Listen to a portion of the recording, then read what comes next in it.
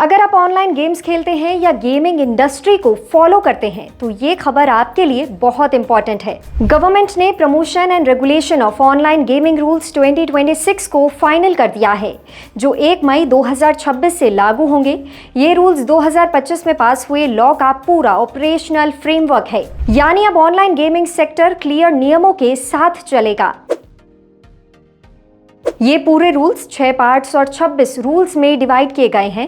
Electronics and IT ministry ने कई ministries के साथ मिलकर ये फैसला लिया है। सरकार का मेन गोल है ऑनलाइन मनी गेम से होने वाले फाइनेंशियल लॉस और मेंटल रिस्क को कम करना, और साथ ही ई स्पोर्ट्स और नॉर्मल गेमिंग को सही डायरेक्शन में लेकर जाना।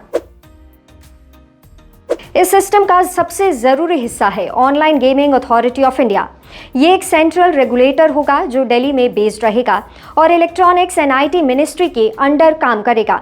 इसमें home, finance, information and broadcasting और स्पोर्ट्स मिनिस्ट्रीज के मेंबर्स होंगे। OGAI का काम होगा रिस्की गेम्स पर नजर रखना, बैन गेम्स की लिस्ट बनाना और जरूरत पड़ने पर एक्शन लेना। अब हर गेम को चेक करके कैटेगरी में डाला जाएगा। इसके लिए एक प्रॉपर टेस्ट रखा गया है। इसमें देखा जाएगा कि गेम में पैसे लगते हैं या नहीं, जीतने पर पैसे मिलते हैं या नहीं, कंपनी कैसे कमाई कर रही है और रिवॉर्ड्स को बाहर कैश में बदला जा सकता है या नहीं। इन सब के बेसिस पर डिसाइड होगा कि गेम अलाउड होगा या बैन। हर गेम के लिए रजिस्ट्रेशन जरूरी नहीं होगा, लेकिन कुछ कैटेगरीज जैसे ई स्पोर्ट्स और सिलेक्टेड सोशल गेम्स के लिए रजिस्ट्रेशन कंपलसरी होगा।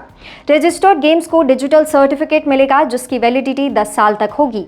इससे कंपनीज को लॉन्ग टर्म स्टेबिलिटी मिलेगी।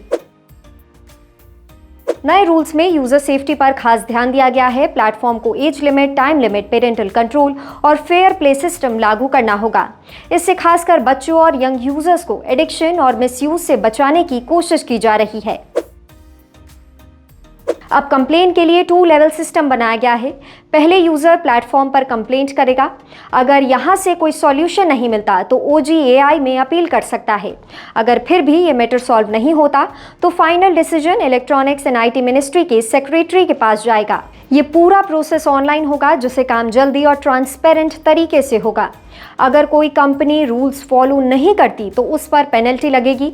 पेनल्टी इस बात पर डिपेंड करेगी कि गलती कितनी बड़ी है। इन रूल से गेमिंग इंडस्ट्री में क्लैरिटी आएगी, कंपनीज को साफ गाइडलाइंस मिलेंगी और यूजर्स को ज्यादा सेफ्टी। सरकार के पास भी पावर रहेगी कि वो रिस्की गेम्स पर तुरंत एक्शन ले सके। 1 मई 2026 से लागू होने वाले ये रूल्स ऑनलाइन गेमिंग सेक्टर के लिए बड़ा बदलाव है। ये एक बैलेंस्ड अप्रोच है जहां ग्रोथ भी होगी और यूजर्स की सेफ्टी भी बनी रहेगी।